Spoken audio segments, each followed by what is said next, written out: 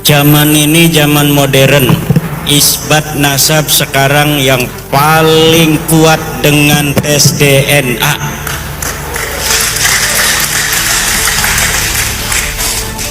Tetapi perlu penegasan hari ini dari peneliti BRIN yang hadir, apakah DNA Rasulullah sudah bisa terdeteksi hari ini? Artinya kalau Kiai Syarif Rahmat mau tes DNA apakah saya keturunan Rasul bukan, ini sudah bisa presisi dapat disimpulkan. Jadi saya menjawab sambil bertanya pada ibu dan dari BRIN yang lain. Terima kasih. Masalah isbat yang lain nggak usah, DNA yang masalah penting. framing gimana? Masalah framing, menyikapi framing jahat itu.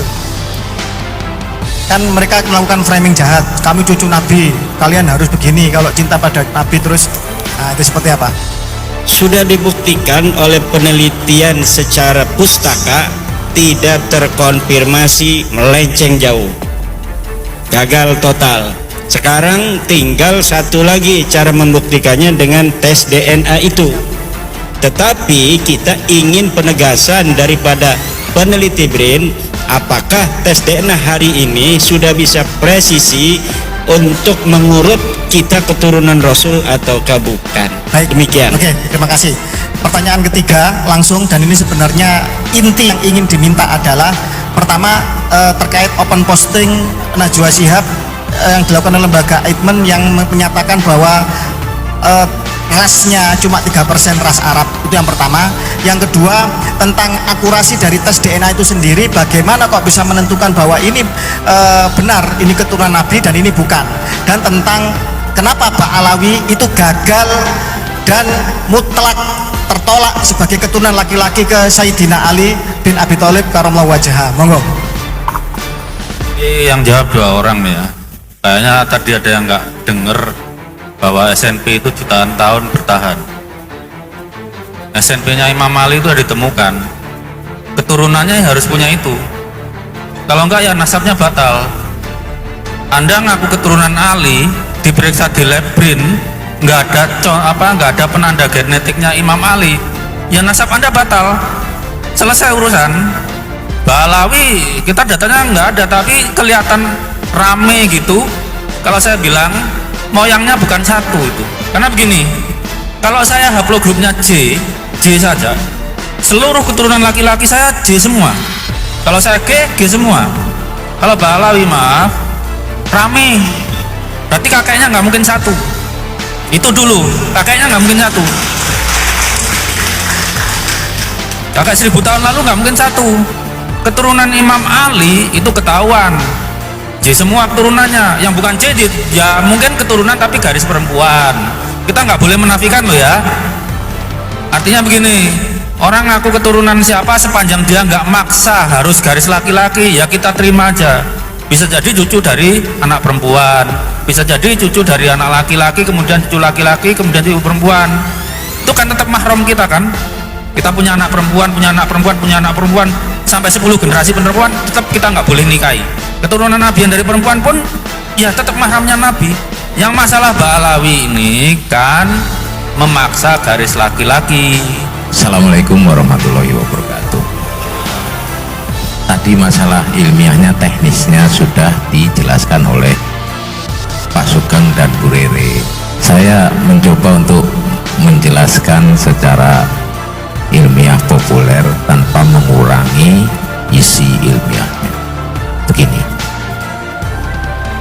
percaya nggak kalau kita berasal dari satu bapak, Adam, terus sampai bapak yang Adam itu bapak umat manusia, ada bapak ras manusia, itu namanya Nabi Nuh. Karena pas banjir besar selesai, 3 anaknya menyebar, ada Sam, ada Ham, dan ada Yafet, ya.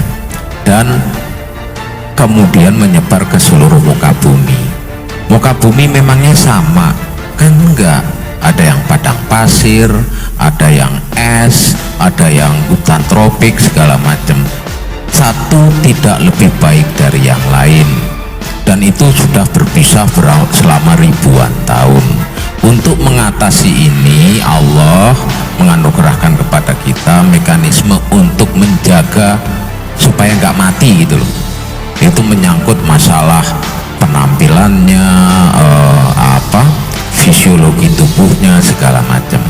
Kan nggak mungkin orang yang tinggal di daerah tropika seperti ini yang sumuk, opol segala macam itu punya bulu-bulu yang panjang, itu jelas nggak mungkin ya. Terus orang yang tinggal di daerah dingin tidak mungkin mempunyai bulu-bulu yang tipis seperti kita, pasti akan kedinginan. Mereka punya bulu yang lebat. Itu adaptasi manusia, dan adaptasi manusia itu diturunkan dari orang tua ke anak supaya anaknya juga survive, bertahan hidup. Jadi ada sifat-sifat badan yang berbeda. Wong Jowo ya wong Jowo, yang bule ya orang bule, besar di badannya itu, tapi tak satu tidak lebih baik dari yang lain ya. Nah, maksud saya begini, kalau ada perubahan sifat itu pasti berpengaruh pada komposisi gennya. Wallahu a'lam bishawab, saya tidak tahu, mungkin karena masih usianya masih ribuan tahun, karena berdasarkan data biologi, saya biolog dasarnya, saya ahli biologi. Dari genetika diketahui bahwa manusia itu keluar dari Afrika, out of Afrika 200.000 tahun yang lalu. Jadi masih relatif muda untuk pembentukan spesies baru. Mudah-mudahan sih enggak ya, jangan sampai, walau alam bisawab. Maksudnya manusia itu di dalam tubuhnya beragam, karena sifat itu diatur oleh gen, maka komposisinya beragam, macam-macam, yang ekspresinya juga beda-beda. Gak mungkin orang yang bulunya tebal tinggal di daerah panas, gak mungkin orang yang tinggal di daerah dingin punya bulu-bulu tipis tinggal di daerah dingin, orang dari daerah panas ya. Masing-masing beda, komposisinya beda, dan itu diturunkan dari dari bapak ke anak.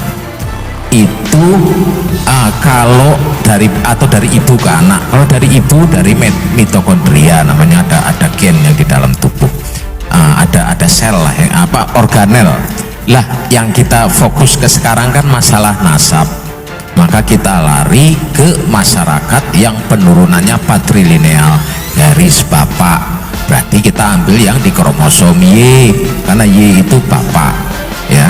Nah, jadi masing-masing daerah itu beda-beda komposisi kromosom Y-nya. Kenapa? Karena alamnya beda.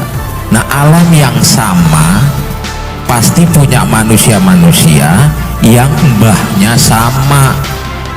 Jadi tiap-tiap daerah itu punya komposisi kayak mainan Lego itu, merah, kuning, hijau, coklat, hitam, apa segala macam, itu beda sesuai dengan kondisi alamnya.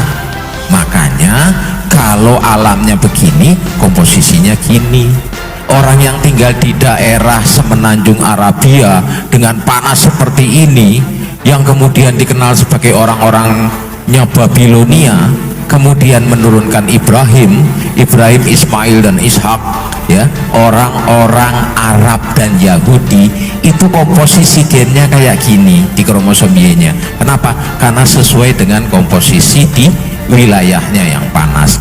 Ini dibagi grup ya, dibagi klasifikasi secara alfabetis, namanya haplogrup C, karena itu dari hanya sel laki-laki. Kalau manusia kan XXSY, ini kan cuma satu bahasa latinnya haplo, separuh, haplotype, tipe separuh laki-laki ya.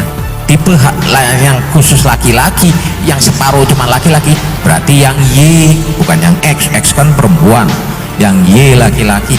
Y ini juga beda-beda. Kenapa? Sesuai alamnya. Allah Maha Adil, Allah menyukai diversitas. Makanya saya pernah guyon sama teman saya, seandainya Rasulullah dengar Bhinneka Tunggal Ika, beliau pasti senyum. Karena Allah itu menciptakan keberagaman, karena alamnya beragam.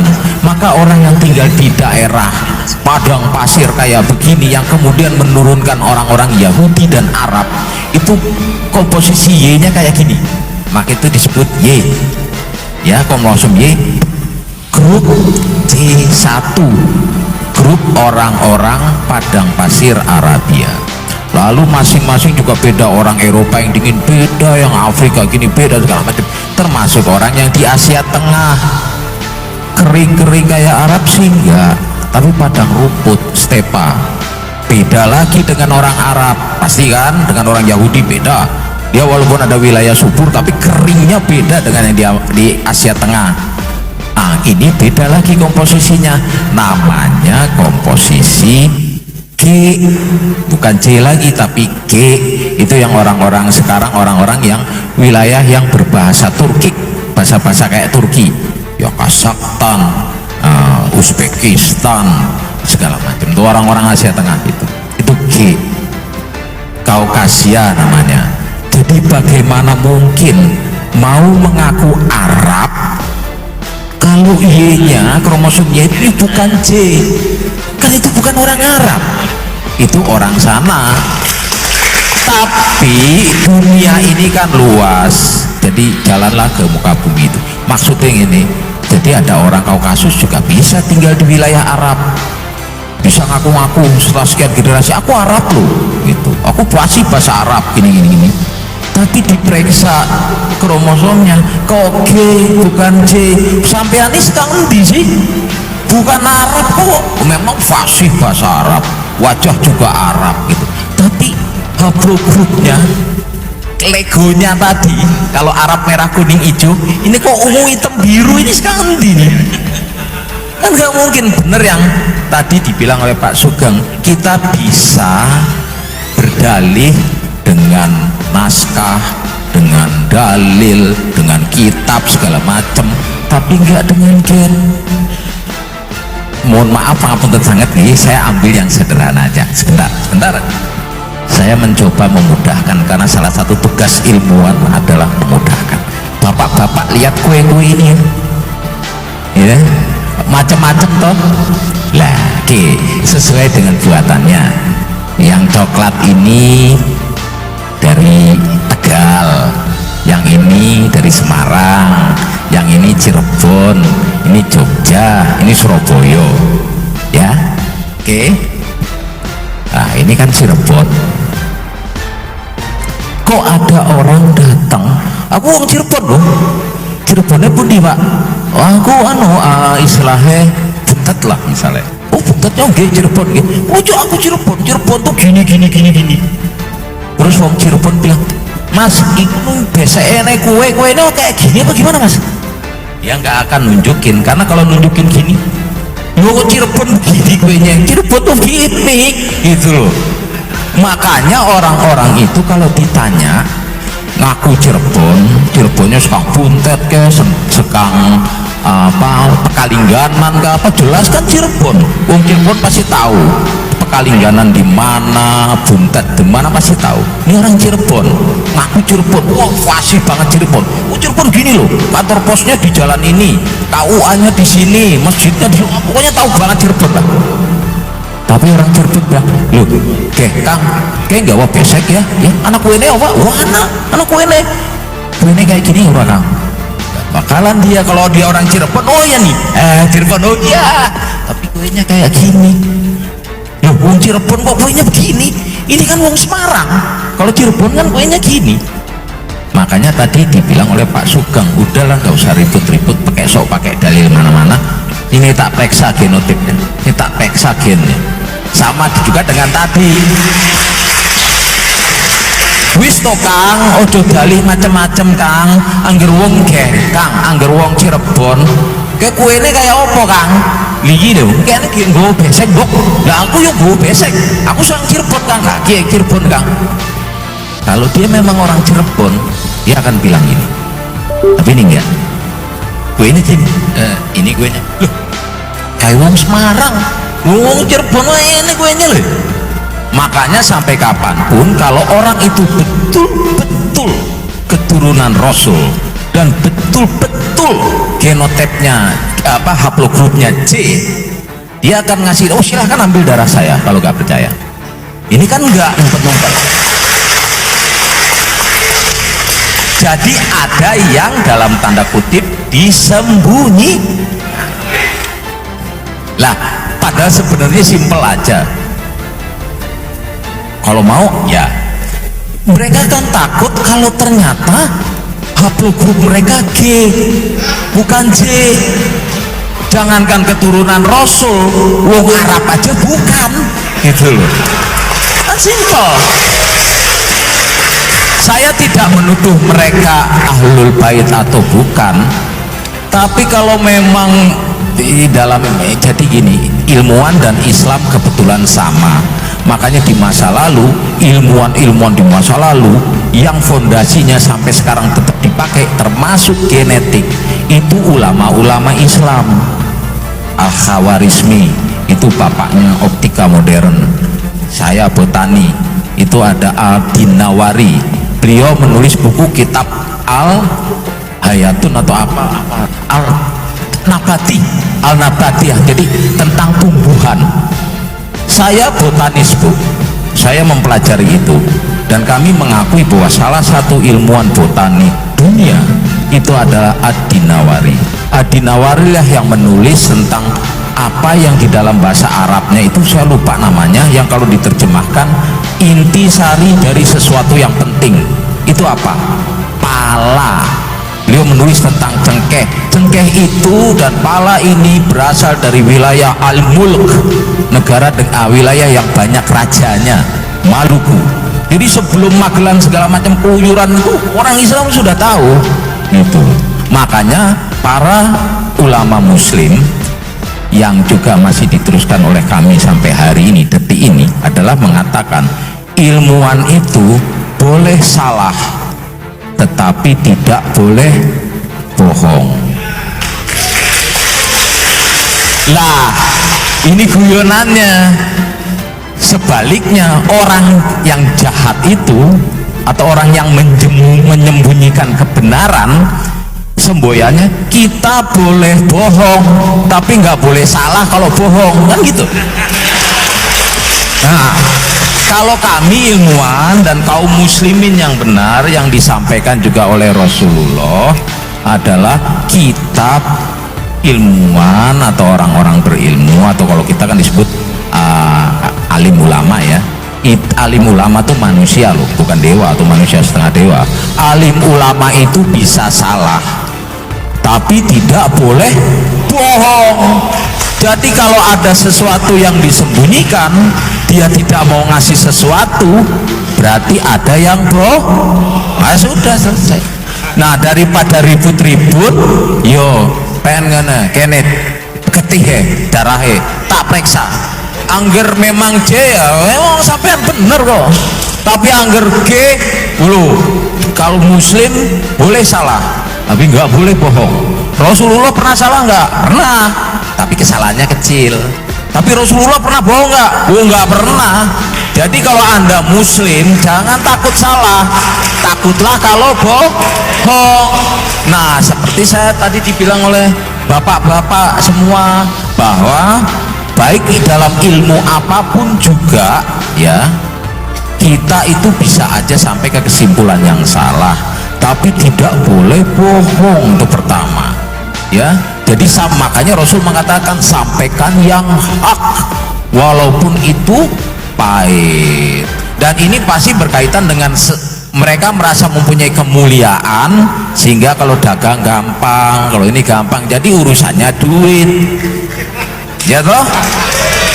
Padahal Rasulullah sendiri bilang barang siapa yang merasa tenang di rumahnya ya, sehat badannya dan cukup makan untuk hari ini, berkah cukup makan hari ini, dia bagaikan sudah memiliki dunia dan segala isinya. Jadi Rasulullah itu mengajarkan kepada kita santai aja, yang penting ojo, sing penting ikhlas lan ojo musyrik, udah itu aja.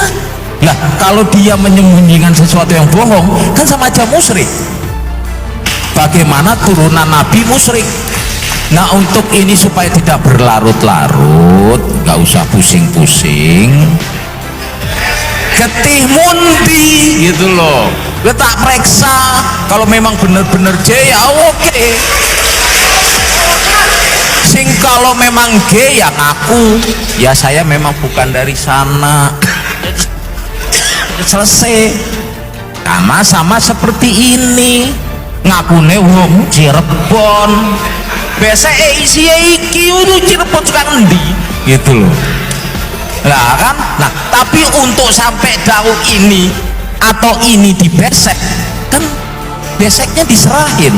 Mulane mohon maaf saya Jawa tapi banyak kan ikut ibu jadi rada-rada ngapak gitu. Wis ojo kakean cangkem getih mundi gitu loh. Gua tak periksa wis. Gampang toh ya wis.